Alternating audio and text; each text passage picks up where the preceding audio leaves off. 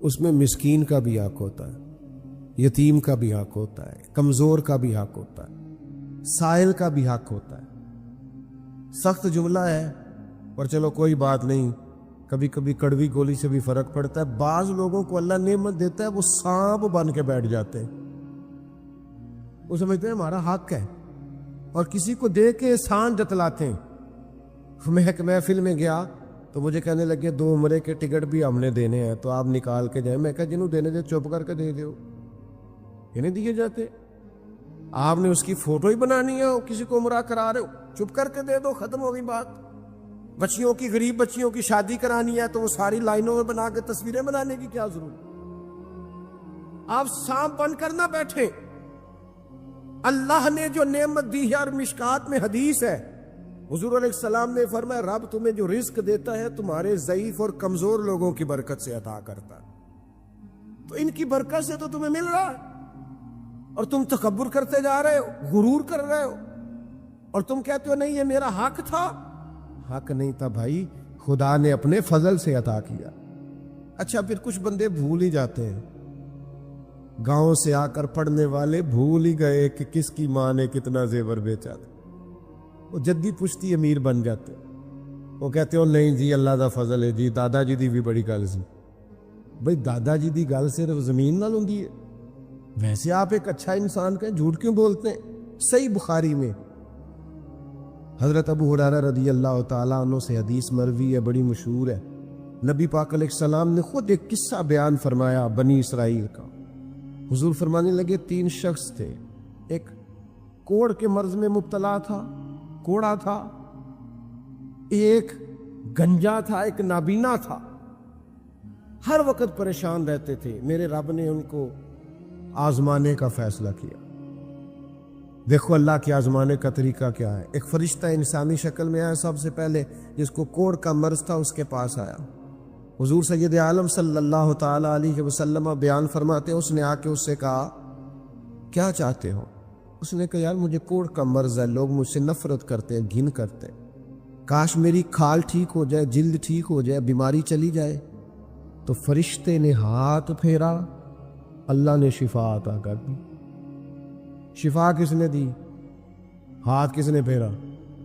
تو کوئی حرج نہیں، اگر کسی وقت کوئی بزرگ دم کر دے، ہاتھ پھیر دے، تو شفا اللہ ہی دیتا ہے۔ بخاری میں موجود ہے، جو روایت درج کر رہا ہوں۔ فرشتے نے ہاتھ پھیرا، اللہ نے۔ اب فرشتہ اس سے پوچھتا ہے پسند کیا ہے، مال کون سا پسند ہے؟ کہنے لگا اونٹ بڑے پسند ہے۔ تو فرشتے نے ایک حاملہ اونٹنی اسے دی اور برکت کی دعا بھی دی۔ اب فرشتہ آیا گنجے کے پاس، جناب کیا چاہتے ہیں؟ اس نے کہا میں گنجا ہوں، سر پہ بال نہیں ہے، اس کی وجہ سے چہرے پہ کوئی حسن بھی نہیں ہے، لوگ گھن کرتے ہیں، کبھی میرے بال آ جائے نا۔ فرشتے نے ہاتھ پھیرا، بال اللہ نے عطا کیے، اس کو شفا ہو گئی۔ اب فرشتے نے اس سے کہا کہ مال کون سا پسند ہے؟ کہنے لگا گائے بڑی پسند ہے۔ فرشتے نے اس کو ایک حاملہ گائے دی اور برکت کی دعا بھی دی۔ اب فرشتہ اندھے کے پاس آیا، کیا چاہتے ہیں؟ اس نے کہا رب نے بڑی سونی کائنات بنائی ہے پر میں دیکھ نہیں سکتا، کبھی آنکھیں مل جائے نا تو ساری رونقیں ہی بحال ہو جائے۔ فرشتے نے ہاتھ پھیرا، شفا۔ یاد رہے گا مسئلہ، یہ اتنا سا مسئلہ جس میں لوگ بڑی جلدی اڑ جاتے ہیں۔ فرشتے نے آنکھوں پہ ہاتھ پھیرا اور اللہ نے شفا عطا کر دی۔ فرشتے نے کہا پسند کیا ہے؟ کہا بکریاں بڑی پسند ہے۔ ایک حاملہ بکری بھی دے دی اور دعا بھی کر دی۔ اب وہ جس کو اونٹنی دی تھی حاملہ، اس کی حضور فرماتے ہیں پوری وادی اونٹوں کی بھر گئی، اور جس کو گائیں دی تھی اس کی پوری وادی گائیوں سے بھر گئی، اور جس کو بکری دی تھی پوری وادی ریوڑوں کے ریوڑ بکریوں کے تیار ہو گئے۔ اب رب نے فیصلہ کیا آزمائش کرنے کا۔ میں نے بہت پہلے کہا تھا، بات پھر دہراتا ہوں، زوال امتحان نہیں ہوتا، عروج امتحان ہوتا ہے۔ اصل تو آپ کا پتہ عروج کے دنوں میں چلتا ہے۔ اللہ نے فرشتہ بھیجا، وہی انسانی شکل میں سب سے پہلے اس کوڑ کے مرض والے کے پاس آیا، کہا یار میں مسافر ہوں، کہیں سفر پہ جانا تھا، تو اللہ کی مدد، آپ کا تعاون درکار ہوا تو سفر ہو سکتا ہے، ایک اونٹ مجھے چاہیے. تو اس نے وہی بات کی جو کئی امیر لوگ کرتے ہیں، یہ صحیح بخاری میں موجود. کہنے لگا یار میرے ذمے تو حقوق ہی بڑے ہیں. سادہ ترجمہ کریے، میرے تے خرچے ہی بڑے نے جی. تو انہوں کی دسی ادھر بھی جا رہا ہے، ادھر بھی، اے بھی آسمان میں تمے ہے، اے بھی میں، اتنے خرچے ہیں میرے، یہ بھی کرنا ہے وہاں بھی کرنا ہے. اس نے کوئی بات سنائی. تو وہ فرشتہ کہنے لگا تو پہلے ایک کوڑی نہیں تھا، تو ناراض ہو گیا. کہنے لگا میں تو جدی پشتی رئیس اعظم، وہ باپ دادا کی جائیداد ہے ساری جو مجھے ملی ہوئی. اس نے کہا اگر تو جھوٹا ہے نا تو اللہ کرے اسی طرح کا ہو جائے جس طرح کا پہلے تھا. اب وہ آیا گنجے کے پاس، اس سے کہا مسافر ہوں، سفر پہ جانا ہے، اللہ مدد کرے، آپ تعاون کریں تو سفر آسان ہو سکتا ہے، مجھے ایک گائے چاہیے، اگر آپ دے دیں. تو وہ کہنے لگا میرے تو ذمہ حقوق ہی بڑے ہیں. اس نے کہا یار تو پہلے گنجا نہیں تھا، بیمار نہیں تھا، کچھ بھی نہیں تھا، بھوک تھی. کہنے لگا خبردار، میں تو جدی پشتی رئیس آدم ہوں، باپ دادا سے امیر ہوں. اس نے کہا اچھا اگر تو جھوٹا ہے تو ویسا ہی ہو جائے جیسا پہلے. اب وہ آیا نابینا کے پاس، اس نے آ کے کہا مسافر ہوں، سفر پہ جانا ہے، اللہ مدد کرے، آپ تعاون کریں تو سفر آسان ہوگا، مجھے ایک بکری چاہیے اللہ کے نام پر. تو وہ اندھا کہنے لگا رب کے نام پر تو نے لینی ہے تو ایک کیوں لیتا ہے، جتنی چاہیے لینے. اور میں تو پہلے اندھا تھا، میں مسکین پرانا خادم، کسے در ملی نہ ٹوئی. اے تے واصف یار نے نظر جو کی تھی، تے واصف شروع سے پڑھتے ہیں، سے ثبوت نہ پوچھو میں تو پلا نظر کرم کا دھوئی. اے میں جانا یا دل بر جانے، غیر نہ جانے کوئی، میں مسکین پرانا خادم، کسے در ملی نہ ٹوئی. اے تے واصف یار نے نظر جو کی تھی تے واصف ہی ہوئی. میں تو اندھا تھا، پلے شے ہی کوئی نہیں تھی، تو کریم نے کرم کیا، جتنی تیرا دل کرے لے جا. تو فرشتہ کہنے لگا امتحان کے لیے آیا تھا، ایک کی بھی ضرورت نہیں، لیکن تیرے دو دوست امتحان میں ناکام ہوئے ہیں، رب ان سے ناراض ہو گیا، تو کامیاب ہوا ہے اور اللہ تجھ سے راضی ہو گیا ہے. وہ دونوں جو تھے امتحان میں ناکام ہوئے تو نعمتیں چھن گئیں، صحت چھن گئی، پھر کوڑے، پھر گنجے ہو گئے. اس کو اللہ تبارک و تعالیٰ نے اور عطا کیا. زوال نعمت کب ہوتا ہے؟ جب لوگ راہ خدا میں خرچ نہیں کرتے، غریب کا، مسکین کا، لاچار کا خیال نہیں رکھتے. جیسے جیسے پیسے آتے جاتے ہیں ذاتی خرچے بڑھتے جاتے ہیں، ذاتی معاملات ہی بڑھتے جاتے ہیں. آہستہ آہستہ لوگ کہتے ہیں خود جی آپ کو پتہ ہے نا، پھر ہمارا گھر بڑا وسیع ہے تو بڑے مسئلے ہیں، تو بڑے خرچے ہیں، تو بڑی چیزیں ہیں. بھائیو، زوال نعمت کے معاملے میں اپنے رب کا خوف پیدا کریں، اللہ سے ڈریں ہر وقت. جب تک نعمتیں نہیں نہ ہوتی گزارا ہو جاتا ہے، اگر ملنے کے بعد چھن جائیں تو پھر تکلیف بہت زیادہ ہوتی. تو زوال نعمت سے بچنے کے لیے تکبر سے بچیں، ناشکری سے بچیں، ناقدری سے بچیں، اور پھر صرف اپنا حق سمجھنے سے بچیں. اسے پانٹیں، عاجزی میں رہیں، شکر میں رہیں. آپ محسوس کریں گے کہ لئن شکرتم لازیدنکم، اگر شکر ادا کرو گے تو میں نعمتوں میں اضافہ کر دوں گا. نعمتیں محفوظ بھی ہو جائیں گی، ان میں اضافہ بھی ہوگا. ہر وقت نبی کریم شکر ادا کرتے، ہر وقت صحابہ اور اہل بیت مقام شکر پر فائز رہتے. یہ مقام شکر انسان کو زوال نعمت سے بچاتا ہے. اپنے آپ پر غور کریں، اگر کوئی بھی نعمت موجود ہے، وہ اولاد کی صورت میں ہے، وہ صحت کی صورت میں ہے، وہ بہن بھائی، ماں باپ، دوست احباب، بیوی بچوں کی صورت میں، جو بھی انعام اللہ کے موجود ہے، اس میں کبھی تکبر کا شکار نہ ہو، خود پسندی کا شکار نہ ہو. کبھی کوئی ایسا کام نہ کرے جس سے اللہ تعالیٰ کی ناراضگی کا موجب بنے.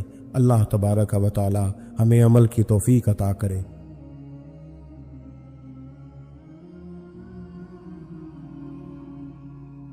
میرے رسول کریم سید عالم صلی اللہ علیہ وسلم اپنے غلاموں پہ کرم فرماتے.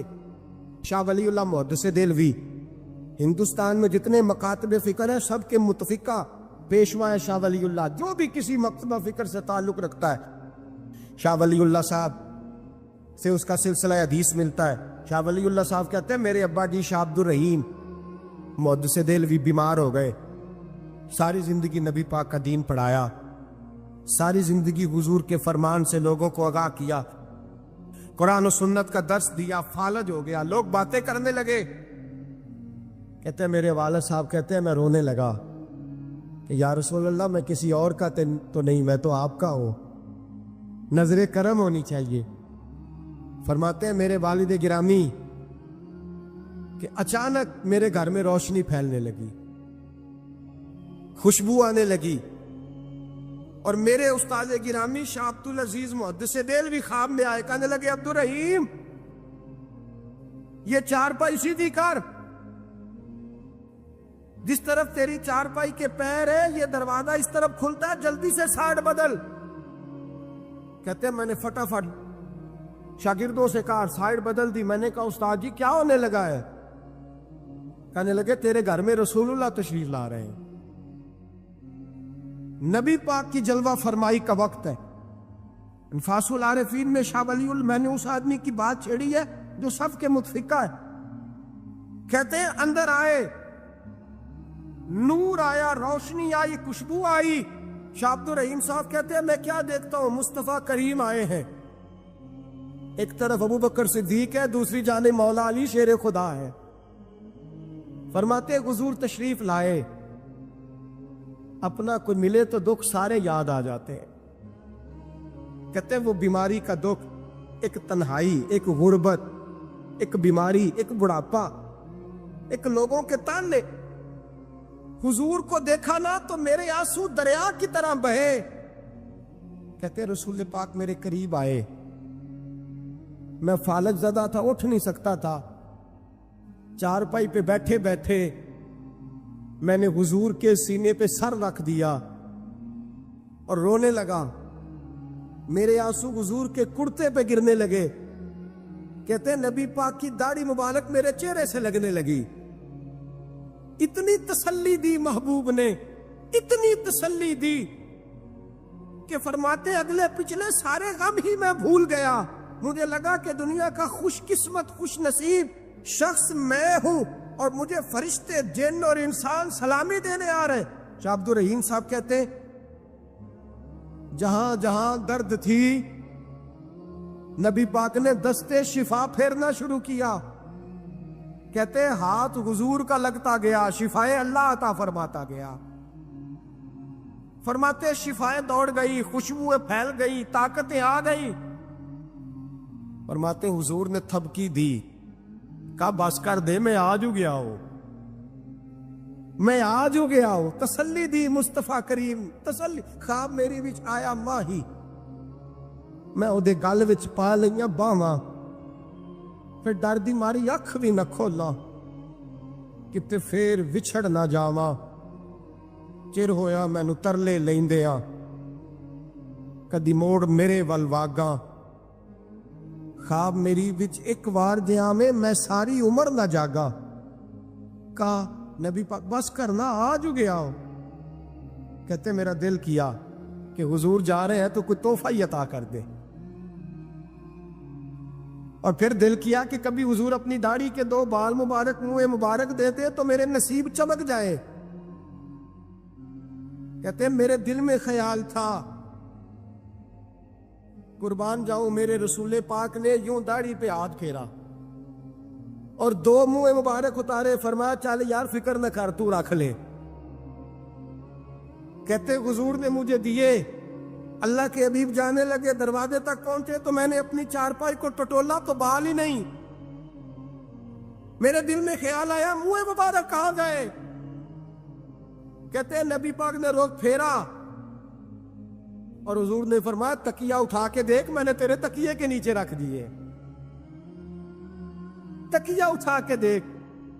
فرماتے حضور چلے گئے، سویرے چنگا بھلا اٹھ کے چلنے لگا تو لوگ کہنے لگے یہ کرشمہ کیسے ہوا؟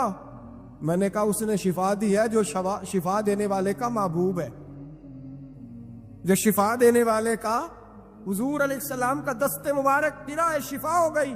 اور میں نے کہا دلیل یہ ہے کہ مصطفیٰ یہ اپنے 2 بال مبارک بھی دے گئے۔ یہ اعتراض کرنے والے فوراً کان کھڑے ہو گئے، عقل کو تنقید سے فرصت نہیں، عشق پر ایمان کی بنیاد رکھ. کہنے لگے یہ واقعی حضور کے؟ تین آ گئے, کہنے لگے واقعی. میں نے کہا جاؤ دھوپ میں لے کے جاؤ. کہتے وہ تینوں لے کے گئے, جب کمرے سے نکلے تو بادل کے ٹکڑے نے آ کے سایہ کر دیا. بادل کا ٹکڑا سایہ کرتا ہے. ایک مان گیا, دو کہنے لگے جی اچانک ہو گیا. میں نے کہا دوبارہ جاؤ, ایک بار نہیں, دو بار نہیں, 100 بار جاؤ.